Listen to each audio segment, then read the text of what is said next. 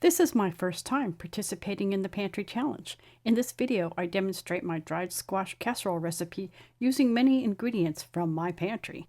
In my next video, I will actually give you a tour of my pantry and how I store most of my food. Thank you for watching, and I hope you enjoy the video.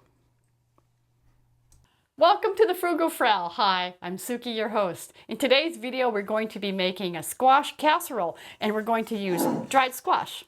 And I'm making it in two different ways, a vegetarian version and a meat version. I have 1 pound of ground meat, which I still need to cook. And but I need to go get the onions, and they're in the root cellar, so I'll see you after I get those.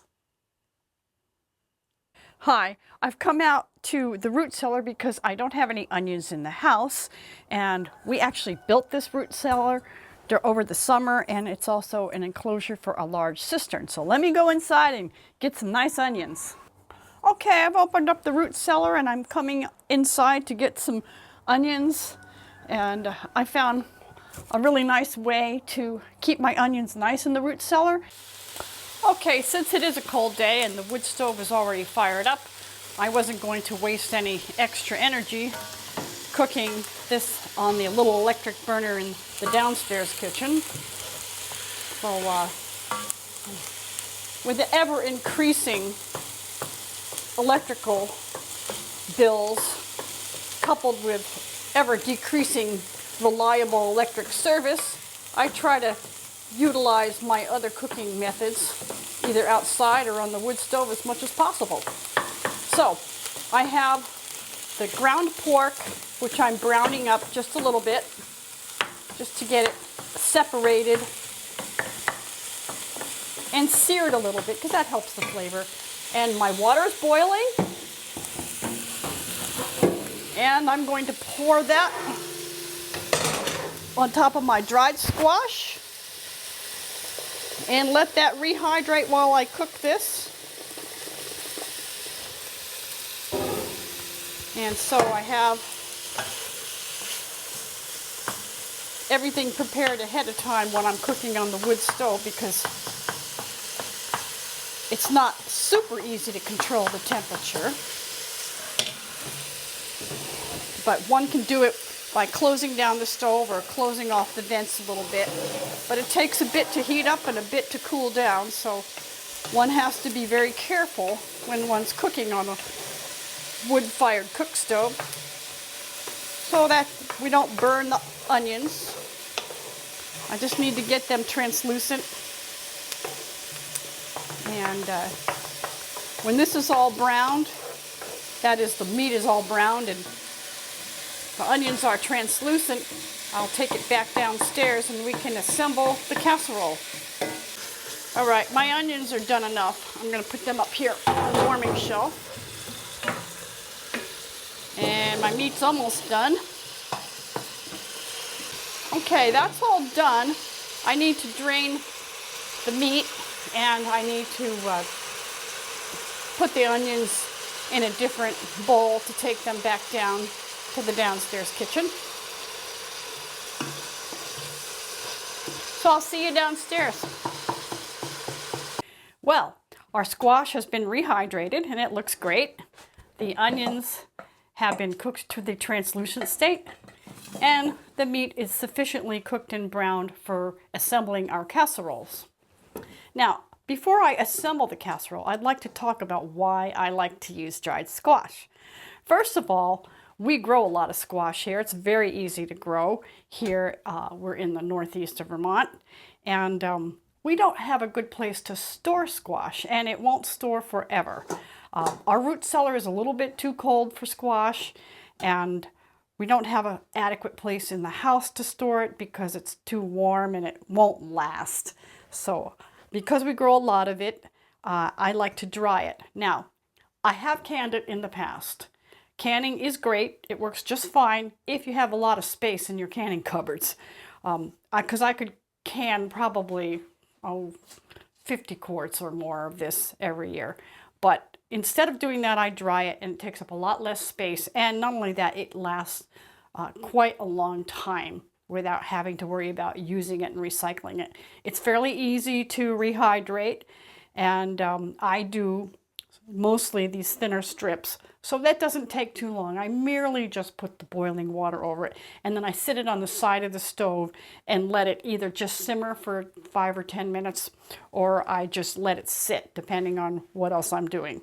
So this evening I merely just put it on the side of the stove on a trivet, and it sort of simmered very lightly for about 10 minutes, and it's soft enough to use, and it's not 100% cooked at this point, but that doesn't matter because it's going to get cooked in the casserole. And not only that, the dehydrated squash will still, in this format in a casserole, still have just a tiny bit of bite to it, a little bit, not al dente, but just enough body to it so it doesn't fall apart. And I kind of like that in a casserole. In a soup, it doesn't matter if it disintegrates. So that's great. So with that, we have to prepare our pans. And we are doing 2 different pans here. I'm doing the main pan as a meat pan, and then in the vegetarian version, the only thing I'm going to do differently is substitute beans for the meat. Now these beans, of course, I grew these too. These are Rockwells, and I do like to can the beans because they take a long time to cook. So when I pressure can them, I soak them overnight, and then I boil them for an hour, and then I can them, and then they're pretty much ready to use in whatever I want to use them. So that's very, very handy.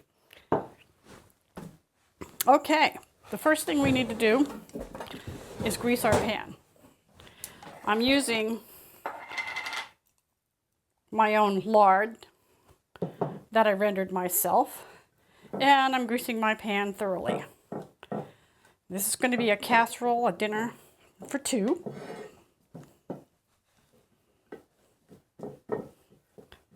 Now, if this was the only thing I was serving, it would probably get mostly eaten up by 2 or 3 people. But typically in a meal, we'll have other vegetables to have, maybe a salad. Anyway, so that's all I do there. And then the squash is going to be layered on the bottom. So let's put our squash on the bottom. I've drained it well. I cooled it down with cooler water. And I'm putting a nice healthy layer on the bottom here on this pan. And it was 1 pound of meat that I cooked. So it probably weighs a little bit less now that it's been cooked. And I'm only going to use half of that meat. We don't need a whole pound in this casserole. I'll use the other half pound or so of meat, and I'm going to use it for breakfast in the morning. And I'm going to make it into sausage patties. I'll probably add onion, garlic, sage, and a bit of cornmeal, and roll them up into patties and fry them, and that'll be a nice part of our breakfast in the morning. There you go. So I have a nice amount of squash to fully cover the bottom of the pan. Press it down a little bit. And then I just simply layer my ingredients. So I'm going to put the onions on next. And I cooked quite a bit of onions because, well, I'm fond of onions.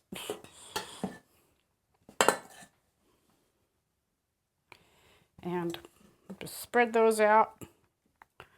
A nice layer.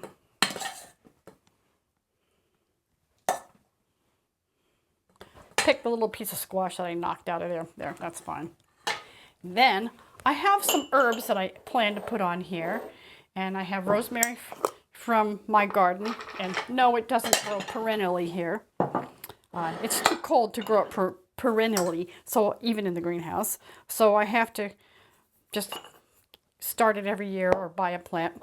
And then I don't like to grind it up right away. I like to grind it fresh every time because it just seems to have a much stronger and better flavor if I do that. So I simply grind it up in my mortar and pestle because I don't have any other kind of grinder to grind it up in. And besides, that would, entail electricity. And I try to minimize my use of electricity around here because it's so expensive.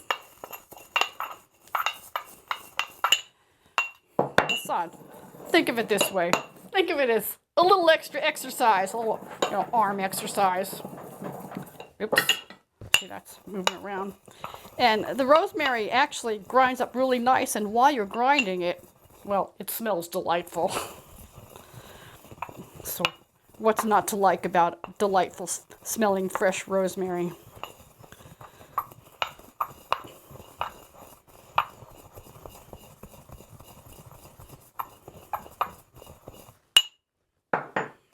So I have enough there, and I'm just going to give it a nice liberal sprinkle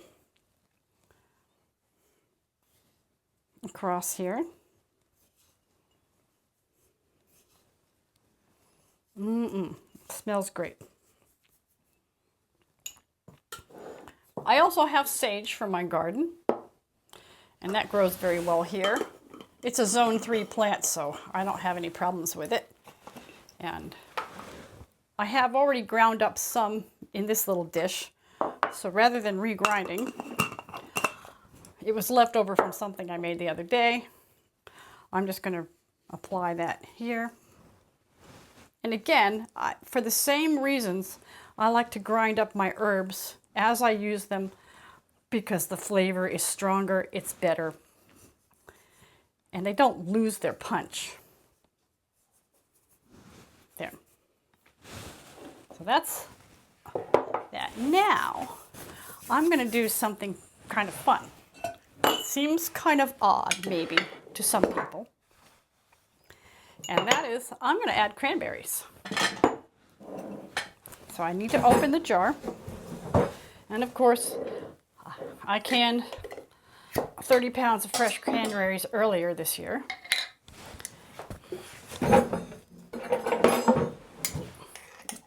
And the little bit of juice that's coming out of here, I'm going to save that juice, because we don't throw away anything here at the Frugal Frau Homestead. I'm going to use that little bit of juice. And when I can these, I didn't use too much sugar, so there's not a whole lot of sweetness in them. That's fine.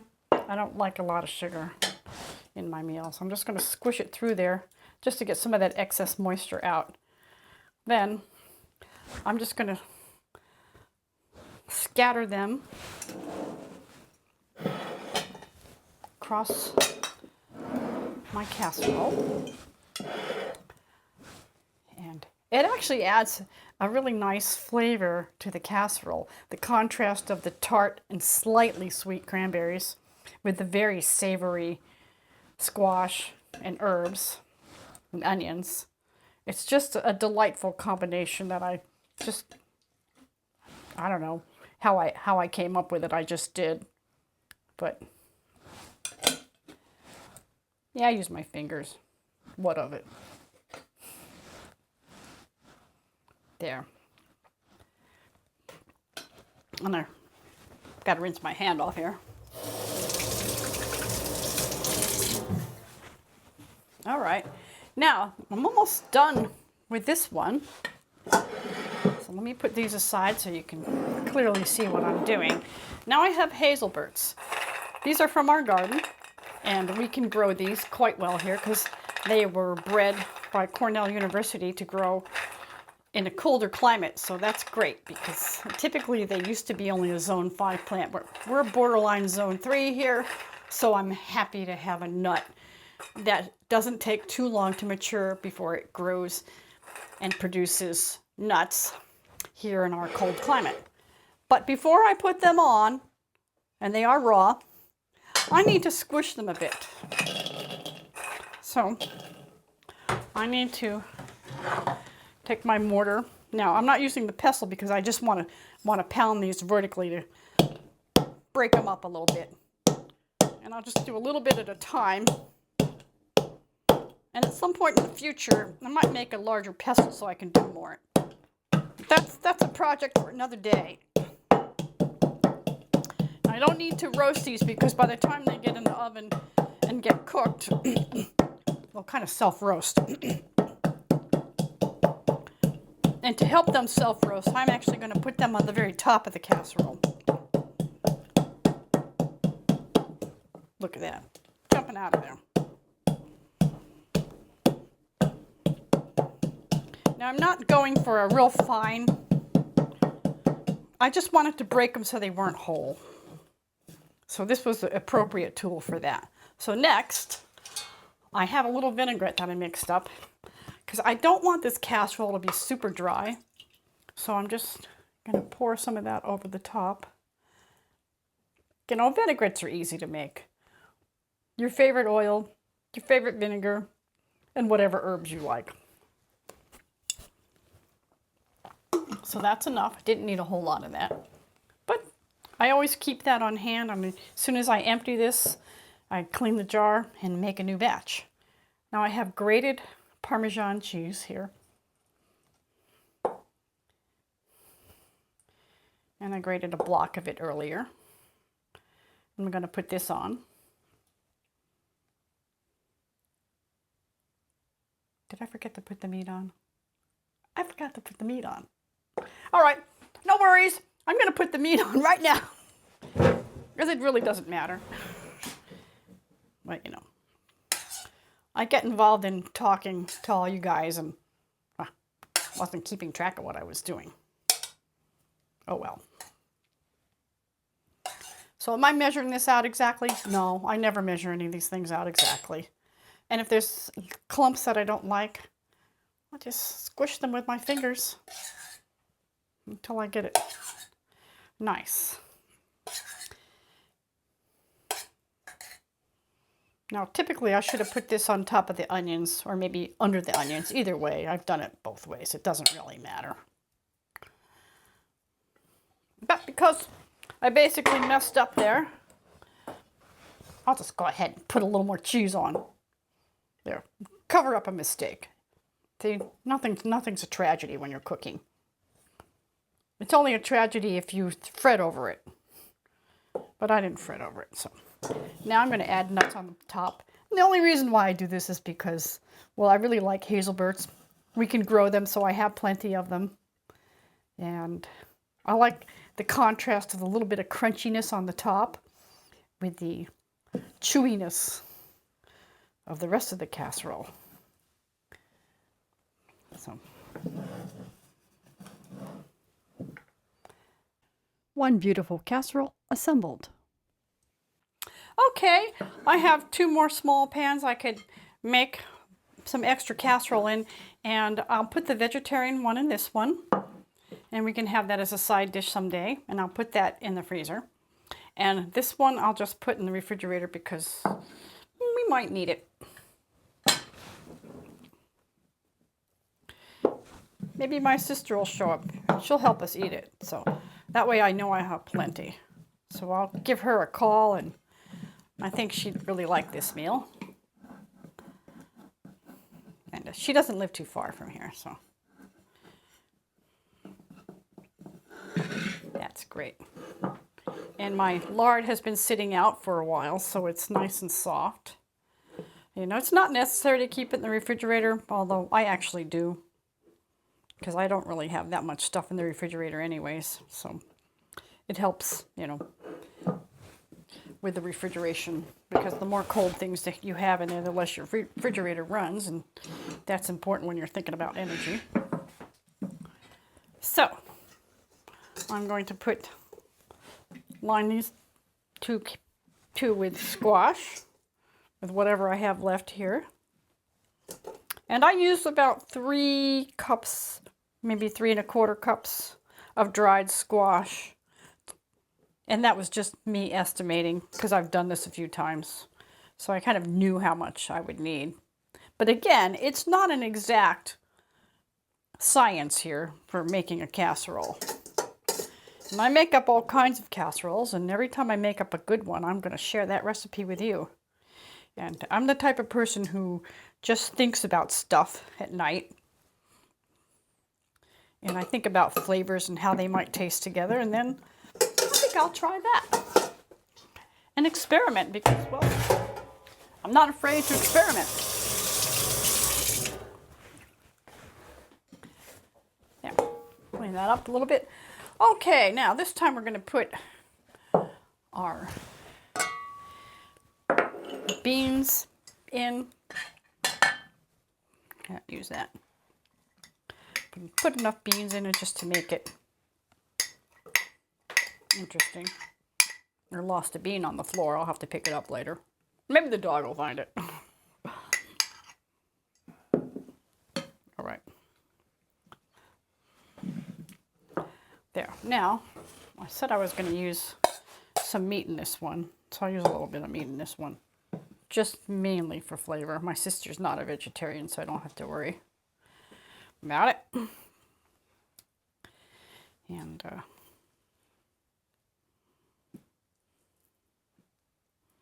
I used to be a vegetarian, but as you get older, they say you need more protein. And if you want to keep your muscle mass up, besides working to keep it up, you probably need to eat a little meat. So I've had to learn to eat meat.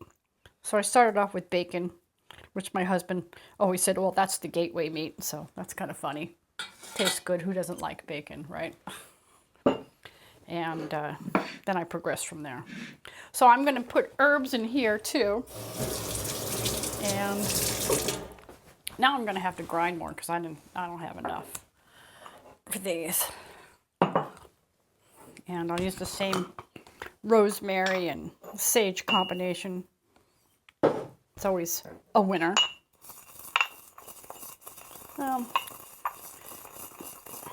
Grind up the rosemary nicely.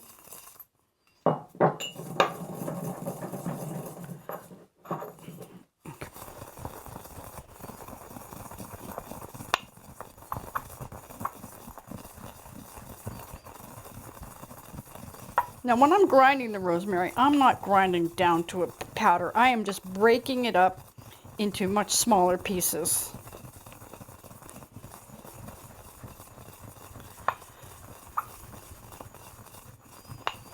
When I dry the rosemary and I de-stem it, well, that's always kind of fun because the whole time you're de-stemming it, you're just clearing your nose out with the essence of rosemary.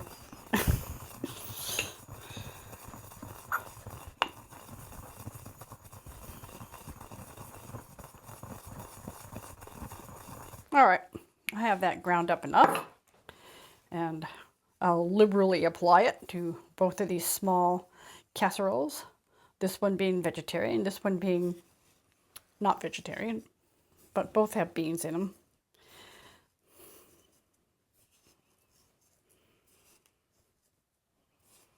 So that's good. And I still have enough sausage left over to make a nice batch of sausage patties for the morning. And there's just the two of us, so it's not like we need copious amounts of sausage patties. Yeah, maybe a little bit more sage than that. So I only was able to harvest the sage for the first time this year, so it's still, their plants are still rather small, so I don't have as much as I'd like to have, but next year there'll be a slightly larger harvest, so that's great.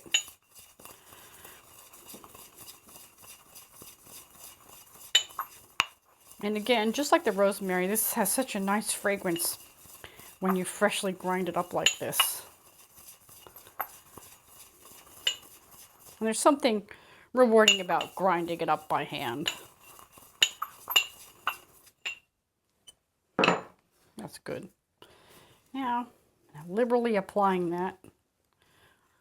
Sage is a herb I use quite a bit because I really like it.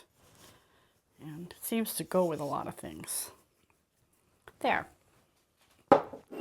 That aside. Now, just like I did on the other casserole, I'm going to add a little bit of my homemade vinaigrette just to keep it moist while it cooks in the oven.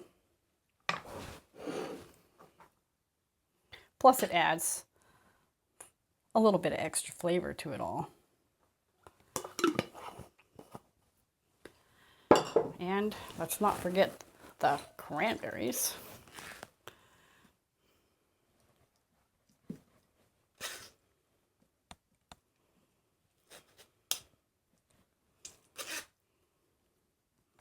And again, this cart that I'm working on is homemade, of course. And Tom made the cart, and he makes these cutting boards. And the way I view a cutting board, it's not a fine piece of furniture, it's to be worked on. So my cutting boards over time get that real used patina. And that makes me happy because it makes him happy because he knows that I use the things that he makes. And it's not just for show, it's for real bona fide work. There. Now, I still need to put onions on. And I'll probably have enough onions left over for my sausage patties too in the morning. So that's kind of nice. So that saves a little time. And we'll put Parmesan cheese on both of these. You don't need a lot of cheese. It's just an extra little flavor. And I like the real sharp Parmesan flavor contrasting with the cranberry flavor. I think it's just nice. There's something about the flavor of something kind of sour and sweet like cranberries and Parmesan or any other really sharp, hard cheese that I find extremely pleasing. Now, I need to put nuts on these guys, so I need to grind up a few more nuts. So take a little handful. And when I do this in this pedestal, and again, my husband made me this pedestal, which is quite a nice piece of work. He did it on a lathe, and I'm very pleased with it. I don't go any more than one layer for chopping these nuts in here. Now, there are other ways to chop nuts, but and if I want them smaller, I usually get out a mallet and do this between two pieces of fabric.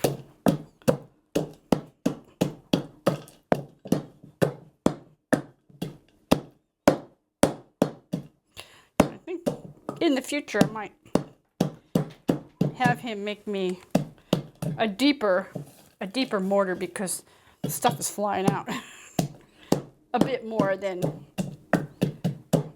it was designed for. But we experiment with things around here.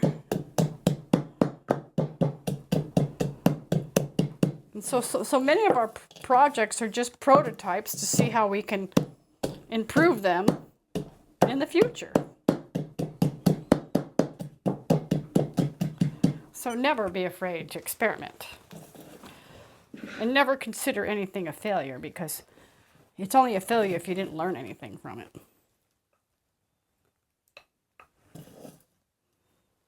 There. Aren't they beautiful?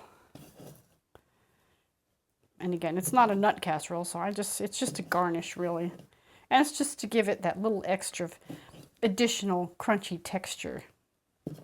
And of course, a little extra protein never hurts. There. They're all done. Now, I'm ready to pop all these in the oven. So we're going to have to go upstairs and pop them in the wood Cookstove since it's already fired up. And I'll probably just cook this one this evening, the large one. And these two small ones I'll put in the refrigerator and cook another day. Okay, I'll see you upstairs. All right, this beauty is ready to be put in the oven. And my oven temperature is reading 400, but in these ovens, the temperature reads 50 degrees higher than it really actually is. So 350 is a great universal temperature for a casserole. So in it goes. And you can see the oven in this particular wood stove isn't all that large, but for two people, this stove is just perfect. Anyway, so it's going in there for about a half an hour, 35 minutes. And then I'll take it out and we can eat. It's been about 40 minutes and it's time to take our dried squash casserole out of the oven. Let's see how it looks. Oh, it looks quite lovely. The nuts are perfectly done. I actually checked this at 30 minutes and I wanted the nuts to get a little bit browner on the top because I like the crunch. So I just put it in for another 10 minutes because the oven was already cooling down and I figured I wouldn't burn the nuts that way. There we go. I'm going to put this on the table and I'll see you later.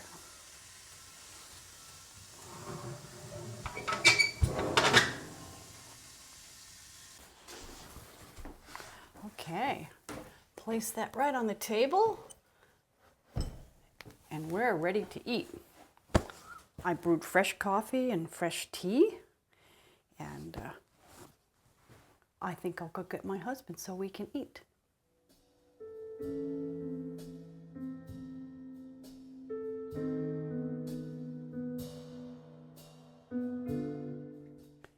We get our coffee from a member on our Azure Standard Drop, for which I am also a drop coordinator. It is the best coffee we have ever tasted. I will put a link in the show notes to her coffee roasting company. It is named Porcupine Coffee Roasting. If you order coffee, use the promo code SUKEY or Suki for a 15% discount on your order of $16 or more. Porcupine Coffee Roasting is not, however, a sponsor of this channel. I am serving this with plum chutney and cranberry sauce, both from my pantry. I hope you have enjoyed this video, and I hope you will make this meal and enjoy it yourself. Thank you so much for watching.